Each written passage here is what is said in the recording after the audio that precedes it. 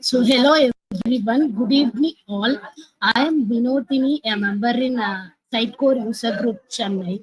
It's privileged to have Peter Brinkman, who is a senior director technical marketing at Sitecore, and Mark Van Alst, who is a senior technical evangelist at Sitecore.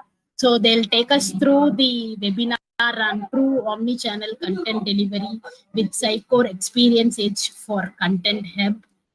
On behalf of Sitecore User Group Chennai, welcoming Mark and Peter to the webinar, extending my warm welcome to all the participants. So over to Peter and Mark, we are very curious to hear from you. All right, perfect. Thank you for having us. If everything is correct, you could see my screen? Yeah. Yes, right. yes. Perfect. All right, let me start off again with thank you for having us. It's always a pleasure to present at these user groups, and today we want to talk a bit about Sitecore Experience Edge, and specifically focusing on the Content Hub part. So we recently announced this. So we're going to walk you. It's a two-parter. So I'll start off with more the introduction on what it is, why we're building it, and how you could use it, and then Mark will take it from there with a short demo on actually how you can get started with it. So as already been introduced quickly, it's Mark and myself. All the information is here, so feel free to connect with us or if you have any questions. So again, Mark has been very senior, has been with Sitecore for more than 9 years, almost 10 years, loads of experience. Myself, I'm Peter Brinkman, Senior Director of Technical Marketing, been with Sitecore a bit more than 10 years. Currently running technical marketing, which contains the evangelism team, so where Mark is part of also.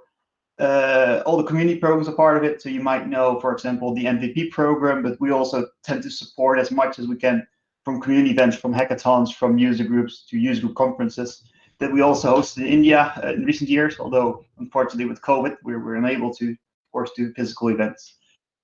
And the last part is the whole demo team is also part of it, so you might know the Lighthouse Demo.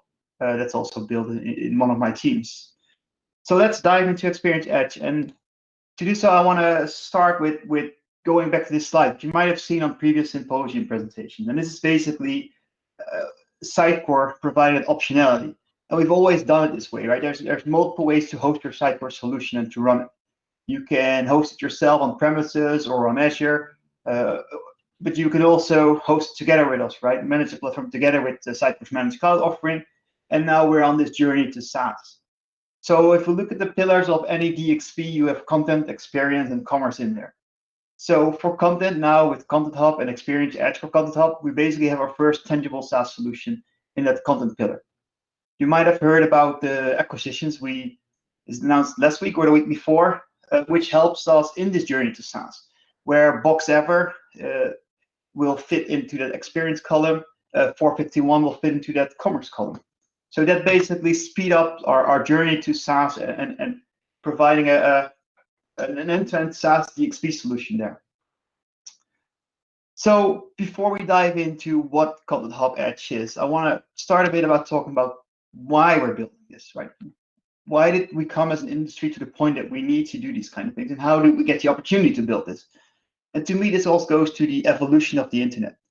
So if you look at the internet, we all know it's been around for a long time. And it all started at the beginning with computers connecting to each other. Later on, social media came part of it. People started connecting with each other. We started tying more devices to the internet with the Internet of Things. Wearable devices came along. It just keeps growing and growing.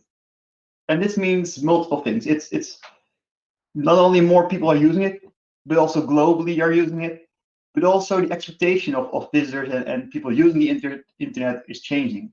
Everyone is expecting that seamless experience on all these different channels. And that demand of both high, of growth of visitors and also the change of that expectation introduced complexity, both in the scaling, but also in serving that content. And that's what we're addressing here with Sitecore Experience Edge. we're removing that complexity with a scalable SaaS solution. So basically removing the burdens of this from IT departments, from our customers, and then providing that scalable SaaS solution, basically that will do all the global scaling in any way. So that will help customers to be faster time to market, add more value to their business, and basically allow customers to focus on driving business value instead of driving hosting. So then if we look at the market problems that we're addressing here, the first one I already touched briefly on it, it's the faster time to market. And to me, this is a crucial one. It's not only at this point about beating your competitors with having your message out earlier, it's also being agile to adjust to changes in the industry, but apparently also change in the world. I think COVID is an example of that, right? Companies that had the agility to have faster time to market could address and could even have an opportunity in the current pandemic that we have. The second one that we're all seeing is that infrastructure to support modern digital marketing solutions become more and more complex. And because they're complex, they become more expensive. There's support teams around it. There's multiple servers around it. And we need to remove that complexity and reduce those costs to our customers. The third one is then we want to reduce the amount of expertise that's needed in a customer. So basically, if you talk about variable scaling requirements, so scaling up and down, we want that the system can do that and the infrastructure can do that completely on its own without requirement for customers to have that expertise on their team. We want to make sure that we can support any of these peak days. Again, it goes up to the scaling up to support things like the general examples would be Black Friday or Christmas. And the last one is we want to make sure that we have a unified experience and content across all these different channels. And with this, basically what I mean is everything from product information to marketing messaging, right? You want to make sure that you have the same message everywhere around it. And I'm not only talking about web. This could also be even printed materials, social media, text messages, any emerging channels that we don't even know at this point. You all want to make sure that you have the same seamless and consistent message across all these different channels. And the last one, if we position ourselves as a main content hub for all the content, a single source of truth for the content, you want to make sure that we support integrating with all the different tools out there that need that content. So you want to make it easy for other tools and other channels to consume that content. And that's why we're aligning with industry standards, and that's why we're using a Graphql API to open up all that content from Content Hub. So focusing a bit more than on Sitecore Experience Edge for Content Hub. So if you look at Sitecore Experience Edge, it will basically do one thing. You'll get all the value that you get from Content Hub. So you get the rich marketing-friendly toolset that allows you to do content modeling, content creation. You'll get the full digital asset management, the planning and collaboration tools, and also the tools around distributing that content. And what it will allow on top of that, it will add that delivery layer. So that's basically the GraphQL content API. And that content API is a CDN-driven content API. That's how you should see it. So it's a high-performing, high-scalable delivery engine. It provides that fast speed that people are using, are expecting these days, and it will, of course, increase the reliability of your solutions. Important, again, because it's a GraphQL API endpoint, it will allow you to integrate with any solution out there. And of course, it's very open to architecture patterns like the Jamstack. So if you look at Sitecore Experience Edge for Content Hub, it's best of both worlds. It's basically the marketing front-end friendly content management and the open API so you can create any experience on top of it.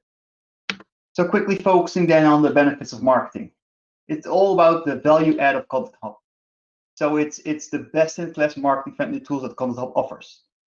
So it goes all into those unified content planning, production, collaboration, and management. So it's all about executing on content strategy with multiple departments, aligning on business processes and governance.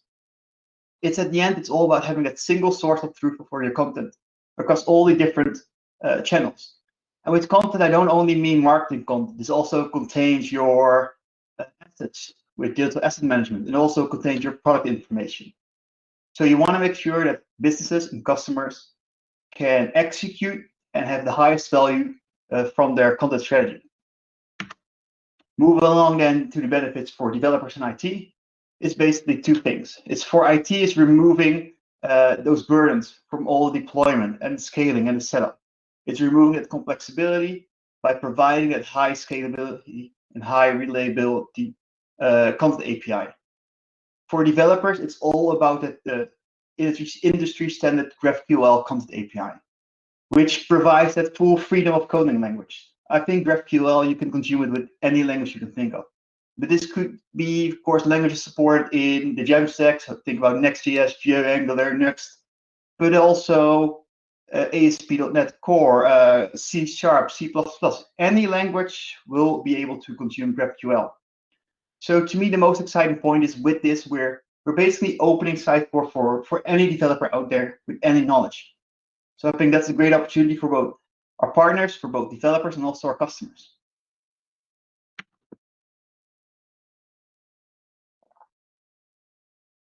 So I've been working on this for a while now, and interesting because I have a heavy Sitecore background, right? As you can see, I've been with Sitecore for a bit more than 10 years. And when I talk to different customers, partners, internals, developers, there's an interesting thing about what is omni-channel content. And I figured out that there's multiple definitions to what is omni-channel content and omni-channel content management versus digital web content management.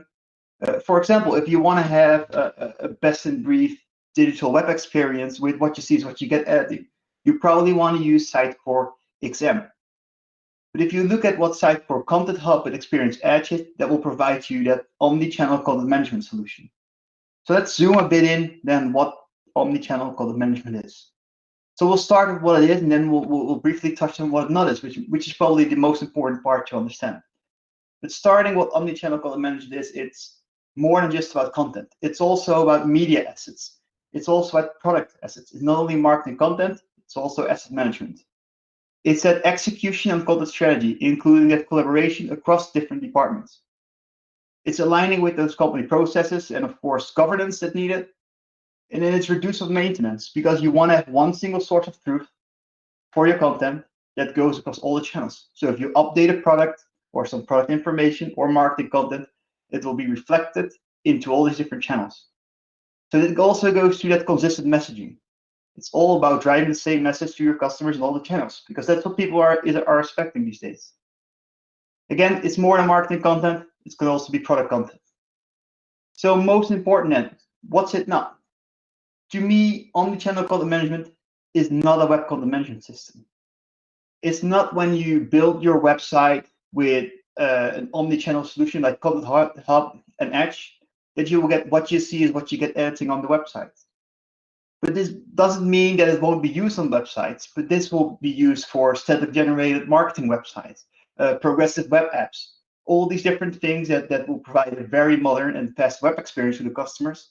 But the customers will not have that what you see is what you get experience that you get, for example, with Sitecore Experience Management. So to make this a bit clearer, I defined a customer story. So basically, Fruitful is a company, and then John, who's very healthy and very mindful and very fit, he wants to learn all about food. So in this example, customer journey story, there's basically 2 or 3 different players. There's John, who is a consumer, has interest in healthy living, which includes healthy snacks, drinks. And then John is then a potential customer of the company called Fruitful. And Fruitful is a company that offers healthy information, healthy products. They have information about nutrition, recipes, and also lifestyle advice. Fruitful uses Sitecore Content Hub product suite for their omni-channel content strategy. So let's dive into this story. So John just came back from his yoga session, and he's looking for a healthy snack to get his energy back up. He's using social media as he always do to get inspiration. So he's swiping the different Instagrams, social medias, TikTok, you name it. And the marketing team of Fruitful recognized John persona. They did their job very well, and they see the persona of John as a potential customer. So they're targeting his profile and his behavior on different social media. And they want to advertise that Fruitful app. They use Content Hub product suite to create and strategize on that omni-channel content strategy. So they use Sitecore MRM for planning and execution of content strategy. They use Web2Print even to create printed material for local advertising. And then they use on top of this the 3 products in Content Hub to create content and manage all that content to fuel those experiences. And those 3 products are the DAM, the PCM, and CMP. So DAM, of course, being for digital asset management. PCM is for the product information, and CMP is for all the marketing content. So these 3 Content Hub products can publish all their content to the Sitecore Experience Edge. The Sitecore Experience Edge will take care of all the scaling and the delivery of the content, both globally and both also in amount of content that's requested. So let's dive into John. He's on his couch swiping in Instagram. He sees this advertising of Fruitful for the Fruitful app, and it gets his attention. He really wants to create this Fruitful cocktail to get his energy back up. So he downloads the Fruitful app. So this is great result for Fruitful. This is what they want to achieve. So how did Fruitful create this advertising? In this example, the image comes directly from Sitecore DAM. It's a different crop variant that they built specifically, the marketing team, for social media. So it's part of a bigger image. The content comes from CMP, which is basically the marketing content that they want to drive. In this case, do note that Sitecore Experience Edge is not part of this story, because this is a push mechanism. So at the end, the MRM, the content strategy, the content generation is done in Sitecore Content Hub. But when finished, the social media team places advertising on Instagram. Because this is a pull mechanism, this is a push mechanism, not a pull. The Experience Edge is basically for pulling out content from different layers. So now John is ready. He has the app, and he's excited. He's looking at different products and recipes. It all looks very good. So let's take a quick look at how this app then is built. And note that Sitecore Experience Edge is now involved, because basically the app is pulling the data directly from the Sitecore Experience Edge, which is that scalable content delivery layer between the products DAM, PCM, and CMP. So the images, like a logo, and again, all other images, come from Sitecore DAM. And note that there's a different crop variant than the social media. It's still the single source of that image that's in the DAM, the only different variants. So there's one source, multiple variants used. The related product data come from PCM, and then Sitecore CMP provides all that marketing content data. So it looks all good. John's excited. He wants to make this cocktail, but he figures out, I'm missing a recipe. So he consults the chatbot for recommendations to substitute that ingredient, to replace that ingredient with something else. And the chatbot works a bit different. It has access to the Sitecore Experience Edge to pull the different content that it needs from DAM, PCM, and CMP, depending on the interactions that you have with the chatbot. So if John would ask for, give me an example, or for example, for a replacement ingredient, that data is probably pulled from PCM. If he asked for a visual confirmation of an ingredient, he probably gets an image from the DAM. So depending on the interaction, the Experience Edge will provide different content back to the chatbot. So John now has that substitute ingredient. He's ready to make the cocktail. He's going to his kitchen, and in his kitchen, he'll use his voice assistant to build that cocktail with step-by-step support provided by the voice assistant. And note here again, of course, images coming from the DAM. Another, again, same image, different skill variant for this channel. The marketing content's coming from CMP. And note again that single source of truth for content here for CMP. For example, things like ingredients and nutrition facts and the instructions are both available in this voice assistant and also in the app.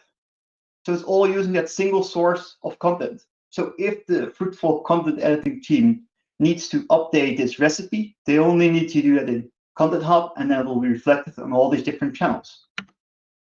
So this provides Content Hub, this provides Fruitful basically with one source for all their channels. So the combination of Content Hub and Experience Edge provides that for you. So before I hand it off over to Mark, I want to wrap it up with the benefits then for this fictive company, Fruitful. So what are the benefits for them for using Experience Edge with Content Hub? 4 things I noted out here. It's that they can now execute on their content strategy. So they have the marketing-friendly Content Hub product suite, where they can strategize and collaborate across those departments. So think about that social team where we did the social advertising.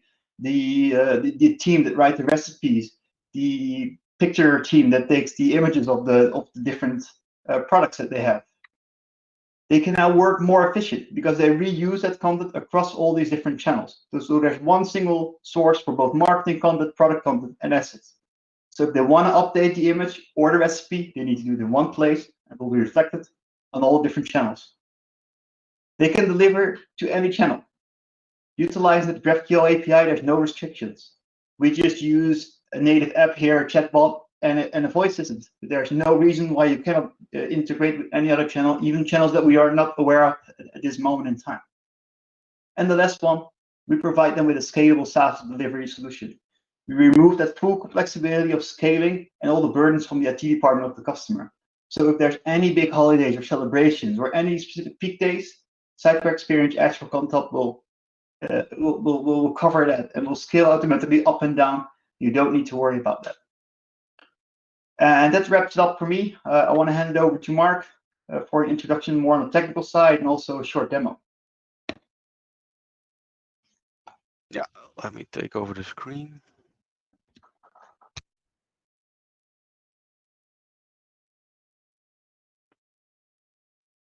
And I think you should see my PowerPoint right now. Yes. Cool. There we go. Okay, Peter just explained all the benefits that the Experience Edge offers and gave some examples of what you can do with Content Hub and the Experience Edge.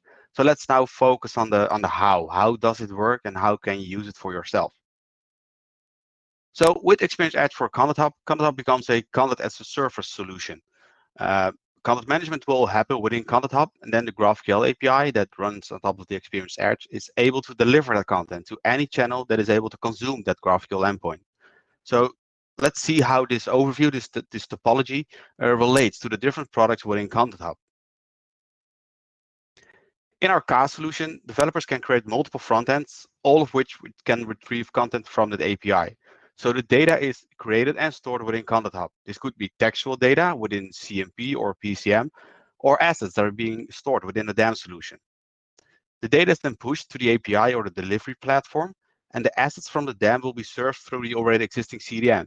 So the delivery platform will just provide the public links that are already there for those that are generated already for those assets. The head or the front end then is built by developers that are able to consume that data, to consume that Graphql endpoint. So in short, Sitecore Experience Edge for Content Hub provides the delivery platform as an additional mid layer for sharing Sitecore CMP data, Sitecore PCM data, and any custom domain definition you might have within your Content Hub instance. In the delivery architecture of the Sitecore Experience Edge for Content Hub remains as the repository, and you can publish the data to the content delivery service. So the content delivery service is a delivery platform with a Graphql endpoint that allows you to use the data directly through applications without any additional connectors. So there's no SDK needed that will be supplied by us or whatsoever. You can just use your native technologies to consume that Graphql endpoint. GraphQL serves as the querying language to consume the data from the Content Hub and deliver it to your custom channels. So the CDN here links the delivery platform to the static or the dynamic sites or any other runtime application that you might build yourself. The CDN also caches all the queries flowing to and from the delivery platform. Then we have event streams, which allow Content Hub to broadcast any schema changes or content changes. And within Content Hub, an event will be raised each time approved content changes. This event will drive the automatic publishing process of that content to the delivery edge. So the delivery platform is a multi-environment platform. It provides the delivery services for multiple Content Hub environments. So the delivery platform is distributed at a regional level. That is, a delivery platform instance is available in all major cities or regions around the world. This geographical distribution offers a scalable solution with minimal response times. And additionally, the content of all these environments is duplicated in all delivery platform instances to improve resiliency and availability. So let's look at some of the configuration options. So first we have the delivery configuration. This defines the Content Hub schema that you want to publish to your delivery environment. So it allows you to specify which entity definitions within Content Hub and even which fields are available for publishing to the edge. So this gives customers full control over what portion of their Content Hub schema is needed to support the external processes and might be available publicly. Then there's this concept of evaluation filters. So evaluation filters control what data can be published to the edge. So only those entities that meet all of the conditions set by these business rules will be published to the edge. It also supports the use of a configurable date property to define whether the item can be retrieved through the experience edge. So now the edge itself, we have two APIs. So we have the preview GraphQL API and we have the delivery GraphQL API. The preview API, the preview endpoint, that runs in the same environment in which your Content Hub instance is running. This also gives you access to all the data, all the unpublished data that exists within your Content Hub instance.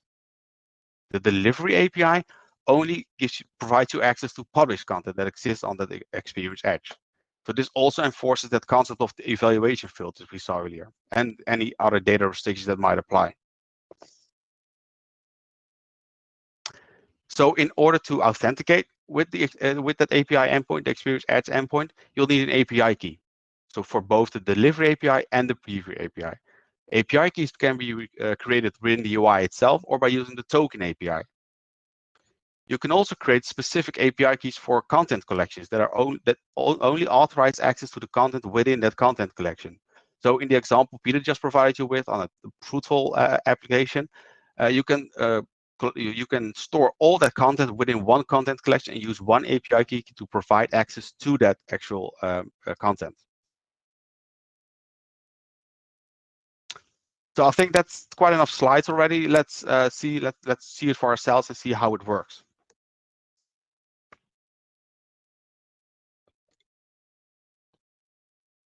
So this is my Content Hub Format O environment with the Experience Edge enabled. It is a blank environment with already some data loaded. So there's some fruitful data that you might have seen earlier already. This is available within this instance. So if you look into the content overview here on the search page, you'll see that we already have some content, some blogs, some recipes, some emails, some social media. So there's already quite a bit of content within this instance available. This also means that we can use the GraphQL API, the preview API, to query this content. So what you see right now is the API playground, where you can run GraphQL queries against Experience Edge to see what the raw response is. So let's see how many items are available within this API, this preview API. So at first, we need to authenticate with that API key. So you saw that I'm always sending in an HTTP header Usenet GraphQL token. So I've already created my token within my Content Hub instance. So first, let me show you where you can create that actual token yourself. So we're going to the Manage section. You can find all the settings and configuration. You can go into the API section here, and then there's an overview of all the API keys available. So note that you can only see the API keys that are created by the users. You won't be able to see the API key itself. So you can create API keys for both the delivery and the preview API. So I already have my API key here. So now let's see how many content items I get back when I run this query on my preview environment. And here you see that I have 22 items in total, and only the first 10 are now being shown. And this is on my preview environment. So if I now go to my delivery API and I run this exact same query again using a different token, so as you can see, it's the same query. Let me make it a bit bigger here. If I run this query now, then you'll see that I only get 3 results back, meaning that only 3 content items are published to the Experience Edge. So only for 3 of those entities, all those evaluation filters, those publishing criteria are being met. So having said that, that was all the default content was already in there. Let's see if we can create our own content and use that with the API.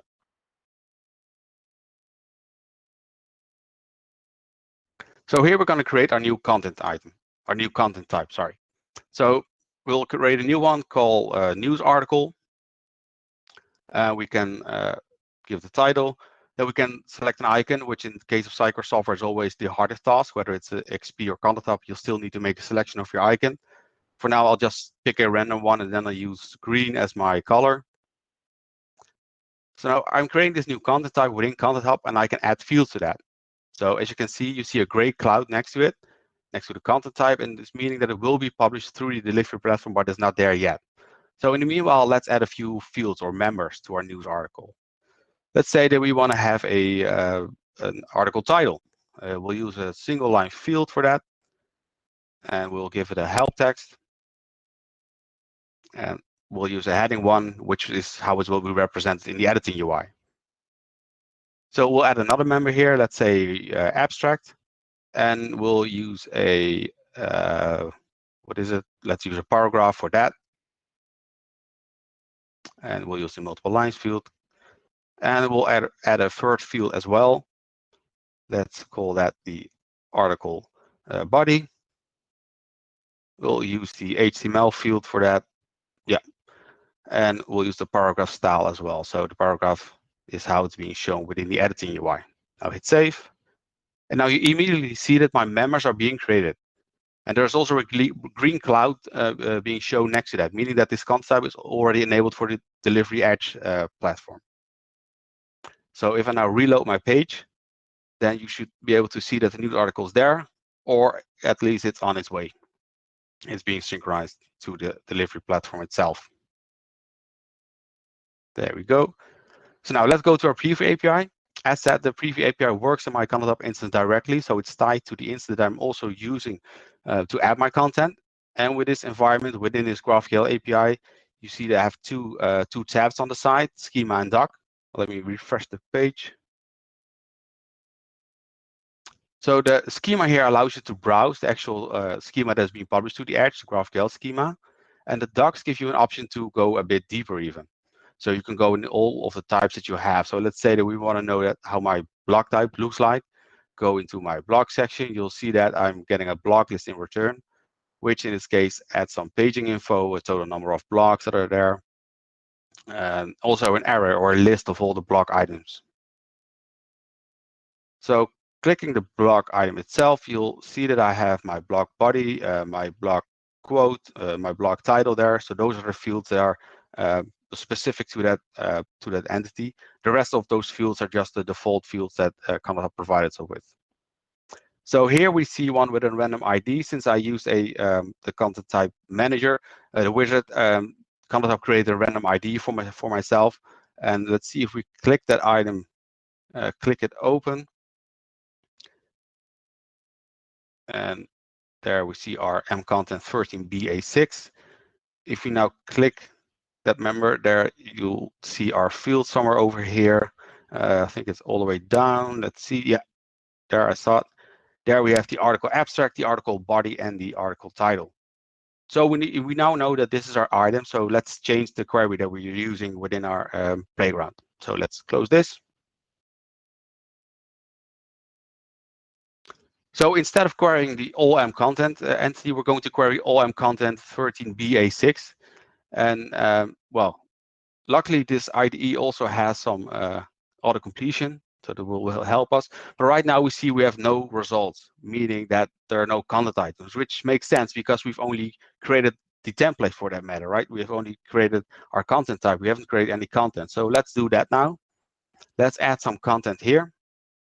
So we'll create a new piece of content, calling it test article 1 of type news article, which is there. Okay. Now hit save. Now it will create the new item, in which our editing UI now has the article title shown as an H1, which we defined in our content type. Hit edit, and we'll give the title.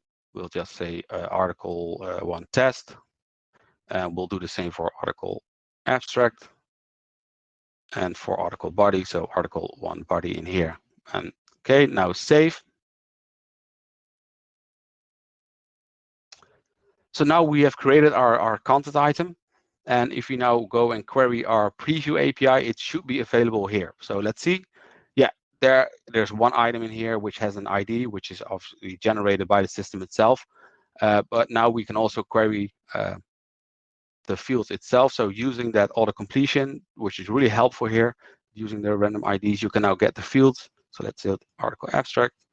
And let's see, yeah, there it is, article 1 title, article 1 body, and article 1 abstract. So our content item has been saved and now is available through the GraphQL API on the preview environment. So if you copy this query and run the same query now on the delivery API, then we're not getting any results back. Why is that? Well, this is quite obviously we haven't published our content yet. So let's do that. Let's hit start. We'll send it for review. And obviously, as doing a test, we're approving it ourselves. And now we're getting the message to confirm that will be sent to the connector, meaning that will get published to the Edge Delivery API right now. And it has been applied successfully. So if you now look into our delivery API, it should be available right here as well. And there you have it. We have article 1 title, article 1 body, and article 1 abstract within our delivery API. So we can now use this query and we can build a custom application and see if we can use the same query within our application. Let's go to Visual Studio Code for that. So within Visual Studio Code, I've created a new project. It's based on Next.js right now, but for that sake, you could use any other technology, right? You could use Next.js, you can use Nuxt, Angular, whatsoever. Anything that is able to consume GraphQL, you can use that. So going with our Next.js app now, this is just a starter kit, so it's really the Next.js starter kit. The only thing that we've added is a wrapper for the GraphQL library. So we're gonna need to provide our token to it. So I've configured it as an environment variable, which I'm retrieving and then sending it as a header with every request that we are making with this GraphQL library. So as you can see here, I have two endpoints, the preview and the delivery, and the API keys for that. So in here, I already created a small set of code. So I'm using the query that you see there. Well, it's still blank, but then I'm pushing the results to a component that I've created myself, a content list component, which on itself does nothing more than just showing the title and the abstract of all the items that are retrieved within that list. So if I go back to the index file, which is the entry point for this application, and I paste my query in here, that can also give my query a name to make it a bit more usable within my code. And I'll use some names here, title, body, and abstract. And right now, this is the simplest way of retrieving the data. You can also do it by searching by definition or by interface or whatsoever, but this is just for the quick app now. Okay, so let's run our application. And it's starting on my local host 3000. So let's go back to Edge and open that website. And you should be able to see content that is now coming from the Edge Delivery API. So there you have it. Content Hub content is the static title, and the article 1 title and the article 1 abstract is just the content that I've given into Content Hub. So this is really a very basic example, more or less a hello world example of how you can use the GraphQL endpoint from the Experience Edge. Next.js, I've used Next.js because I was already more or less familiar with this technology, and I did some previous work with that. But I can use any technology for that matter, right? I could use any JavaScript framework.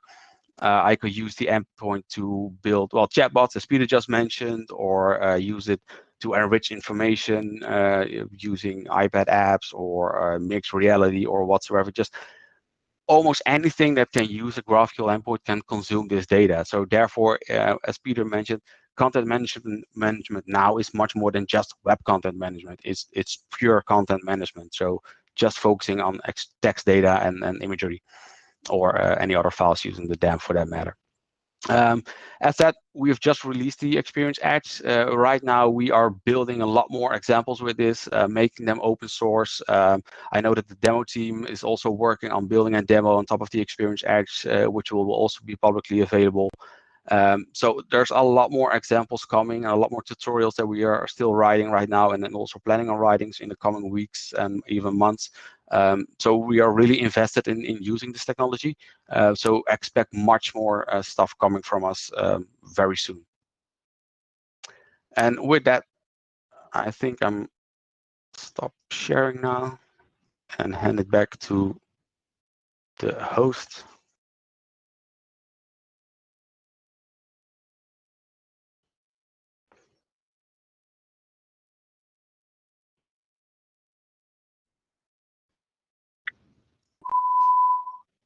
So Peter, any extra additional license or module we need to enable in order to get leverage this this Sitecore Edge feature? Sorry, there was a lot of background noise. I couldn't hear it. One more time. Any additional license we need to get in order to enable this Sitecore Edge feature in XP platform? You're asking me the license question. I am going to refer to sales, but yes, there is an additional the delivery layer. There's an additional fee to that. Yes. Yeah. So for I Content don't you know need to the have this. For Content you need to have the CMP license to do the the content management, obviously, and I think there's an additional license for the Experience Edge delivery platform.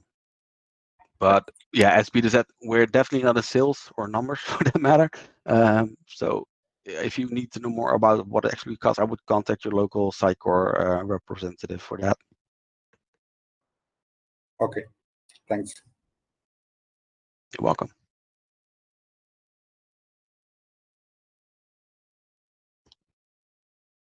Any other questions?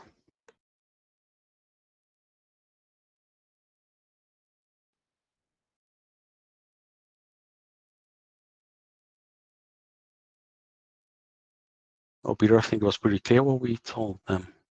Perfect. I like your session.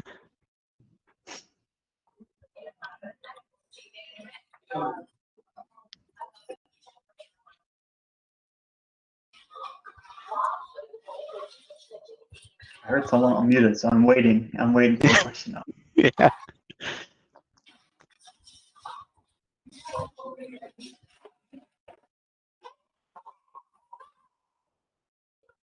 So I think you pretty much covered everything. So it's just a start we have to get into, then we have to come up with a lot of questions.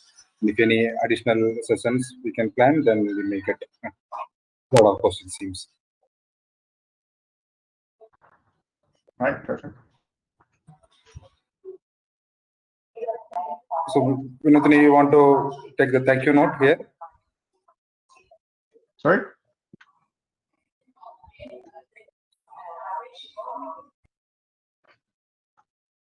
Can you repeat it one more time? Sorry for that. Yeah, I think we're almost done here. Yeah, I'm requesting the hoster to take a thank you note and close this. Okay. Thank you.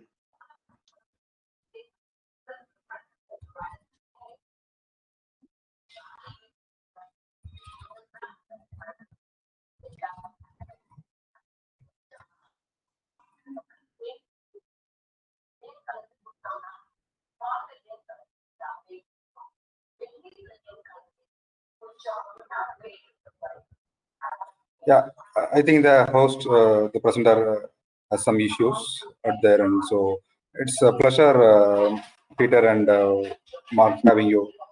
So it's a good session. So we really enjoyed, and we'll be explore further, and we'll come up with a lot of questions in the future session. So we are expecting some more session from your side. Thanks for your time.